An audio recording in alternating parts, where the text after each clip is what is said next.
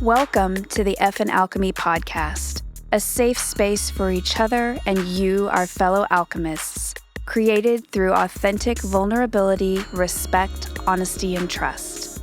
By working through our day-to-day experiences together and being transparent and relatable, we invite you to take comfort in where you currently are in your journey, knowing you are exactly where you're meant to be, you are seen, and you are never alone. Hi, I'm Cate, claircognizant woo goddess of Violet Feather Alchemy, bringing you downloads from the spiritual world. And I'm Amy, audacious empowerment queen of Effin Creative, daring you to unleash your creatrix. This is the Effin Alchemy Podcast, where vulnerable synergy begets effin magic.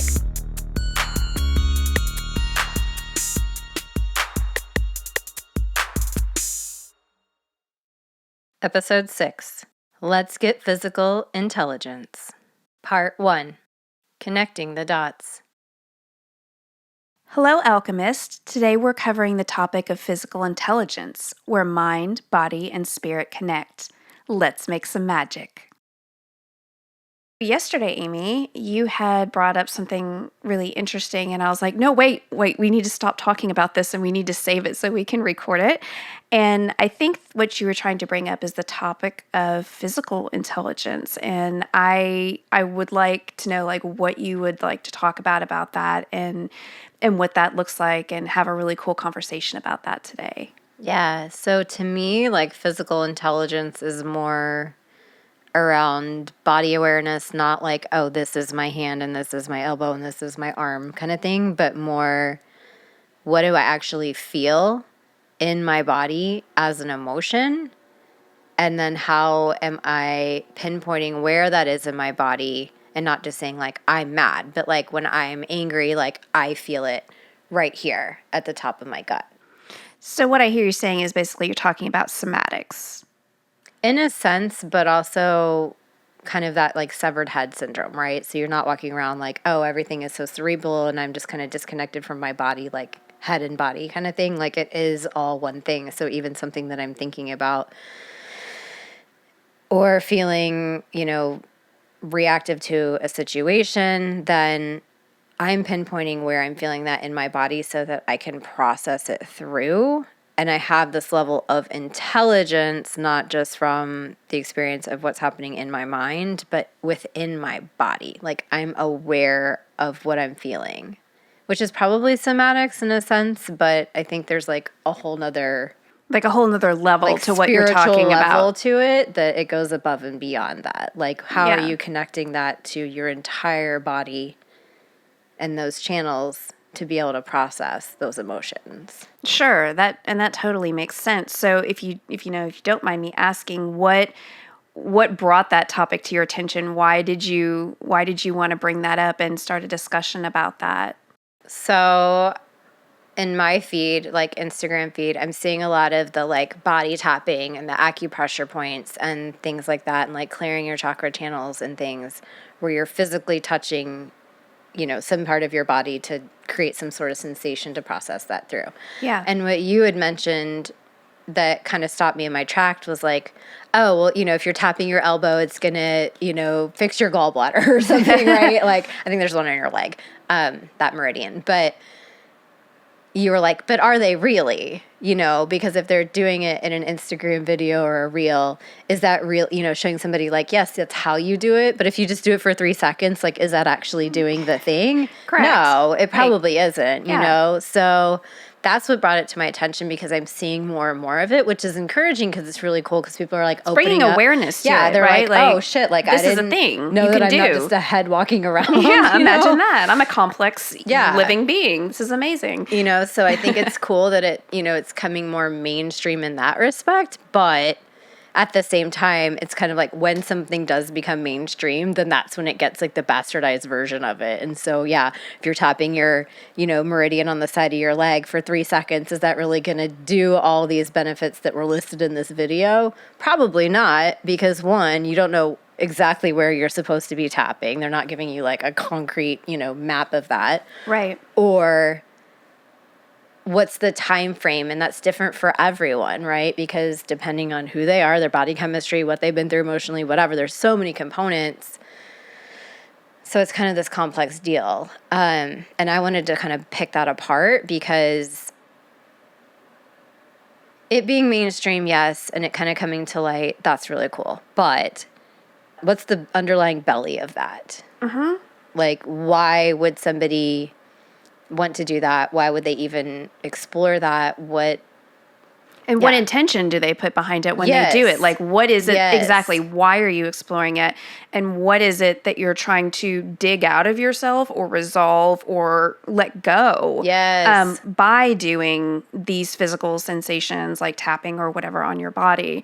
So I think that connection piece is the really important piece. Like, and that's all I was saying is like, when you see these people that, that are on social media doing this, are they really, do they have the connection piece? And because it's the important piece in order to get it to work. And I think when, sometimes when we see something, and we're like, oh, I'll try that, the connection or the intention piece is kind of left out of it. And then we do it and we're like, well, okay, well, that didn't work. Well, of course not, because you're not connecting all layers of your existence into that. Like, it's not, you're only maybe doing like the physical level, and you haven't added in the spiritual or the, the deep somatic feeling or the emotional connection to that in order to process, like you're saying, process emotion or process trauma or whatever it is that you are doing the surface level physical thing to, to help. Yeah. Right. So am I understanding correctly that like that's kind of where you're going with this? Yeah. And I have a really good example. So cool. One of the people that I love to follow her name is Fumiko, and she does the face yoga method. That's she's cool. Awesome. And she's so beautiful and she's so quirky, and I love all of her stuff, and she's hilarious. But when I dove into what's face yoga? Like, I want to explore that. One of the things, I went through one of her, I don't know, it was like a month boot camp kind of thing, right? Where it's like every day you did something and an exercise or whatever. And there's different places on the face that you can target, right? Like if you want to focus on forehead wrinkles or like your eyes droopy or, our nasal labial folds, which the resting bitch face as you so poignantly pointed out to me.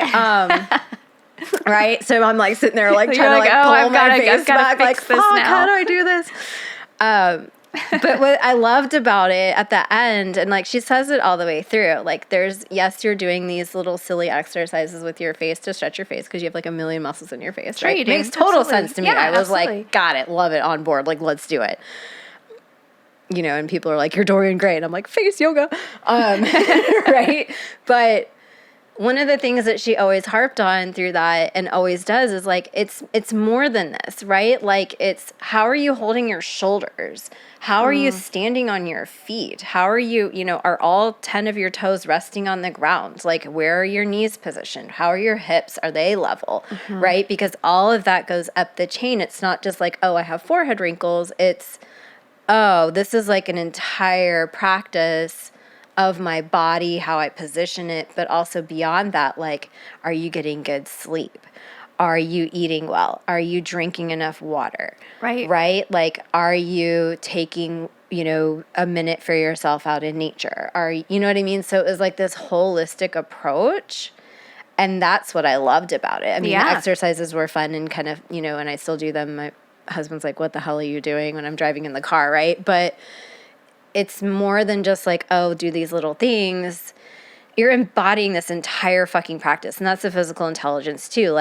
Maybe I have, really strong nasal labial folds because I sleep on my side because I can't get comfortable at night because I'm having shitty sleep. Do you know what I mean? A whole chain of things that add up to that. It's a whole fucking thing. Yeah. It's not just oh, I'm always grumpy and pissed off and you know what I mean? It's not that at all. It's this whole entire part of your existence. And that's what I was saying with the tapping and things like that is, yes, if you're having, and I love EFT, I love tapping and stuff. It can be a very effective tool, of course. It totally can. But at the root of that, I'm tapping when I'm having a conversation with, something that's frustrating me or whatever.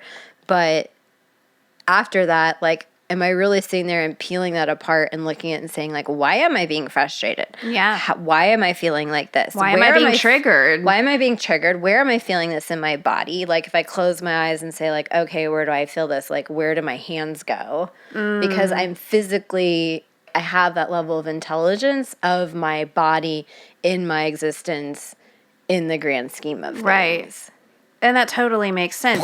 It's an awareness, and it's almost a level of proprioception with your internally, and then physically on the surface of your body, and then externally. So it's like proprioception on a number of different levels. And then in addition to that physical, it's also the emotional proprioception you have to be able to balance, like what you were saying, like touching on your body where you feel the sensations. You have to, that's a emotional proprioception that you have, that you, in order to be able to do that. And that just, those things come with more increased awareness. And how do we get more increased awareness? It's paying attention, like not brushing feelings or sensations in our body that are nagging at us, not brushing those off, but, taking the time to pay attention. Just stop and just pay attention for just a minute. Like, what is causing those sensations, or what is causing those emotions? Just pause for a sec and just take the time.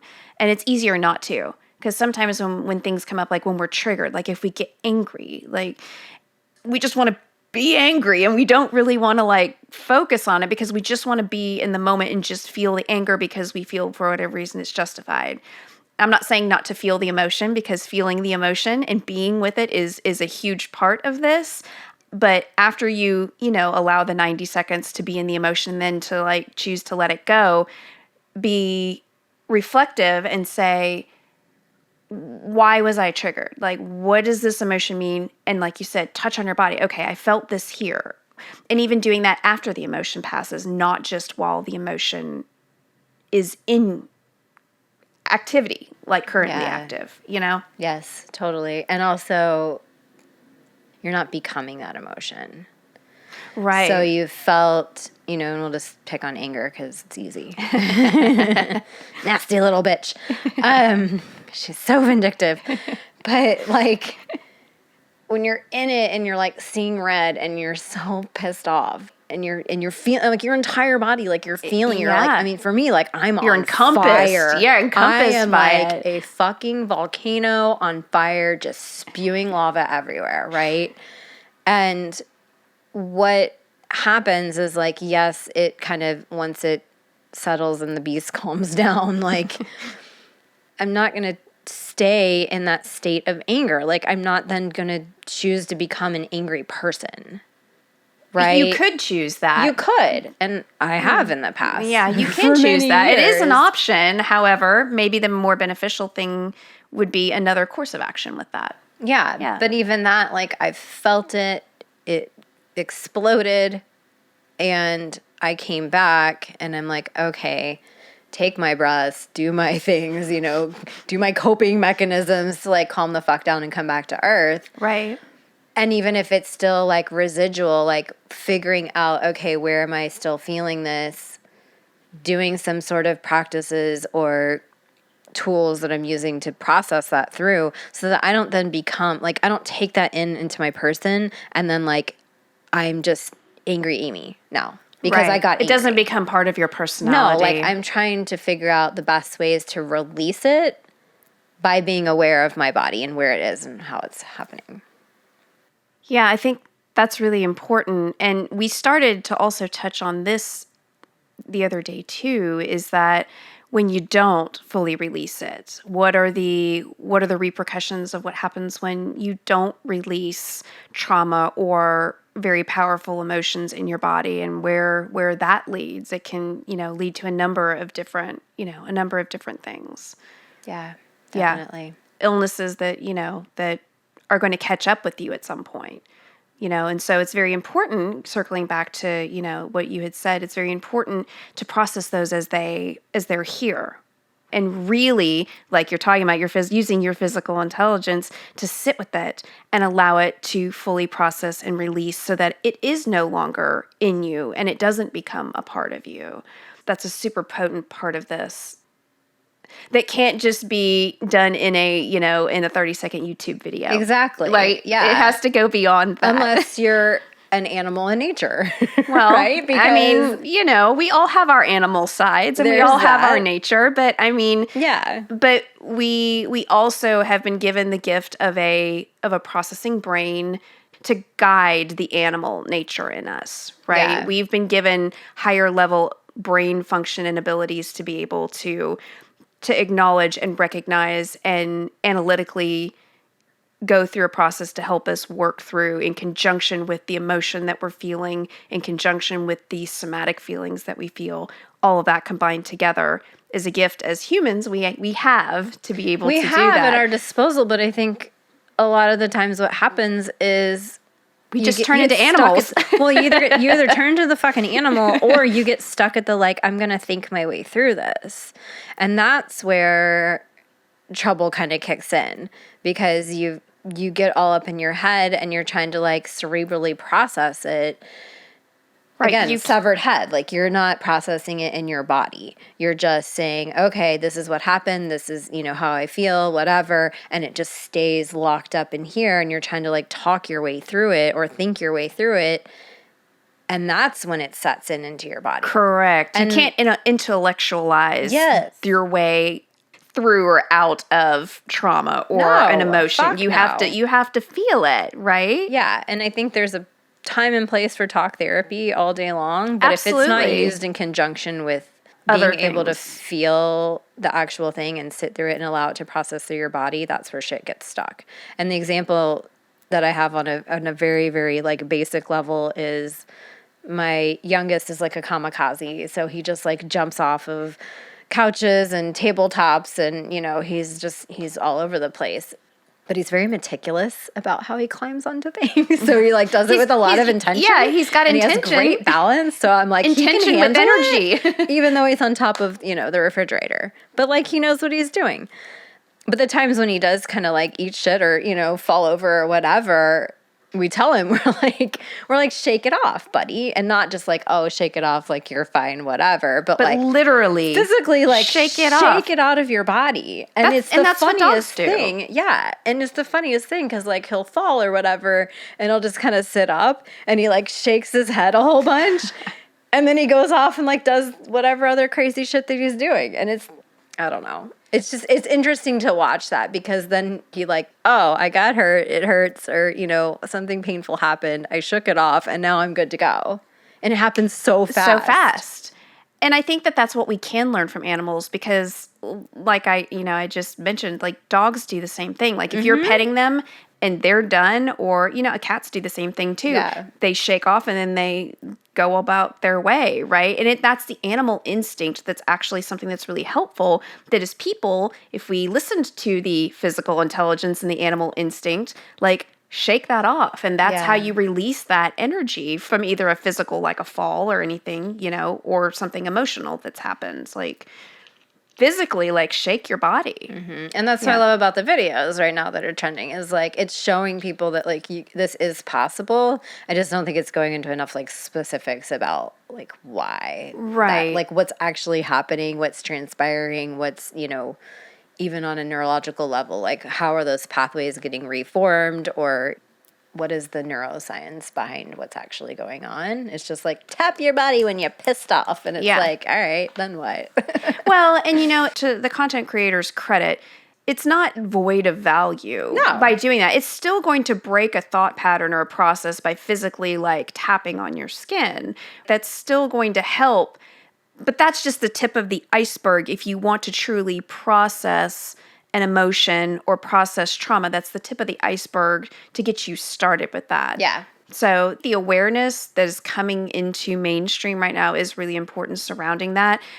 It goes, the iceberg is so much deeper under the water than just the part that you see, right? There's so much that goes into that. And I think having an appreciation that what they're showing, it's like lighting a match. You have to take that lit match and then go light the candle, and then you have to allow your candle to burn through it, right? It's that kind of thing. It's not just okay, I'm just going to tap my elbow and then, I'm magically going to not be angry anymore, because that's just not that's not the way it works. And especially, if you want to, holistically stay healthy, releasing the things that you may be tapping on, or, whatever physical, means you're working with that.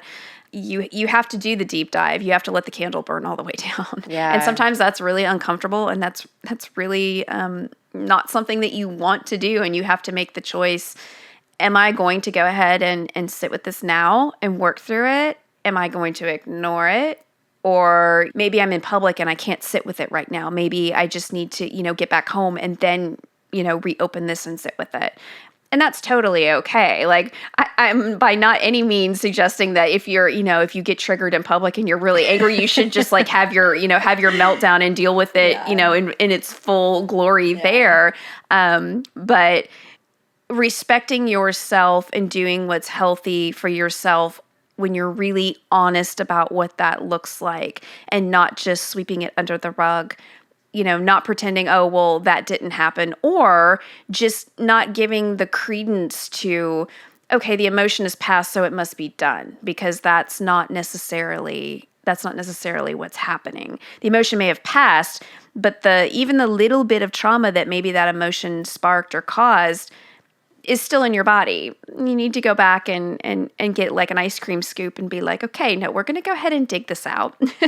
Yeah. We're going to go ahead and deal with that. Yeah. Yeah. Which is not fun. It fucking sucks. Like, yeah, it can be very, very, yes, it can be very uncomfortable for sure. But I think if you don't, you run the risk of it building up and much, much more serious ailments coming into your life, which are going to make you pay attention to it. So, the worse the ailment, the worse the smaller the repeat loop on being triggered, or things, if you see patterns in your life that keep repeating, well, why does this keep happening to me? Why do I keep ending up dating the exact same person, even though they appear to be different than the last person that I dated, or, whatever the case may be, or why do I keep getting into jobs that treat me like XYZ?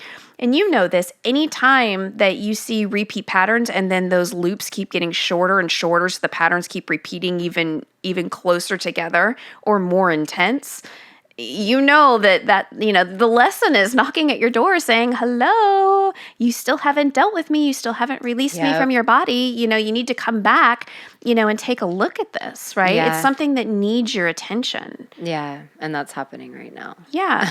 Yeah. And it does. On like such an astronomical scale. It's happening right now.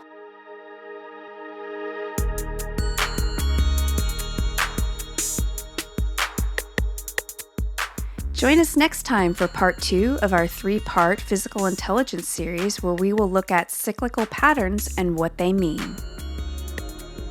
Until then, stay effin' magical. Ready to create more magic? For additional episodes and insights, go to effinalchemy.com. EFFINALCHEMY.com.